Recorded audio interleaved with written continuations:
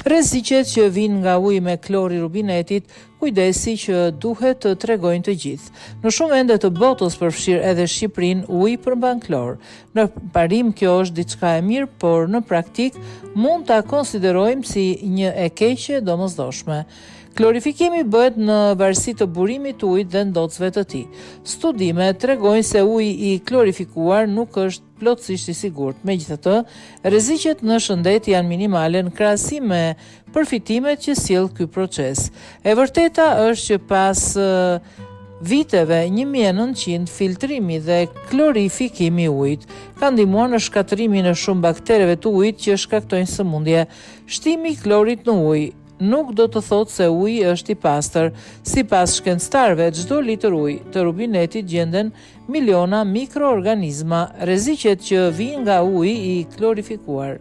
Në vitin 1974, shkencëtarët kanë zbuluar se nën produktet e klorit të përdorur për disinfektimin e ujit të rubinetit shkaktojnë kancer.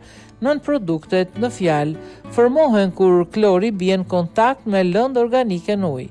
Rreziqet e këtyre nën produkteve përfshin kancerin e fshikëzës dhe probleme me sistemin riprodhues. Një studim i kryer në Tajvan zbuloi se konsumimi i ujit të klorifikuar rrit rrezikun e kancerit moshkrive, fshikëzës dhe veshkave. Rreziku i kancerit si pasojë e klorifikimit. Pirja ujit të klorifikuar rrit rrezikun e kancerit me 93%, thot një studim i Këshillit Amerikan për cilësinë e mjedisit. Nga ana tjetër, shumë studime tjera mjekësore tregojnë se në shumë femra që vuajnë nga kanceri i gjirit kanë në organizmat e tyre 50-60% më shumë nën produkte të dëmshme të klorit. Një studim tjetër thotë se pirja fatgjatë ujit të klorifikuar rrit rrezikun e kancerit të fshikëzës në 80%. Megjithatë, pirja e ujit me klor përbën vetëm gjysmën e problemit. Problemi i pishinave është njësoj i keq për organizmin.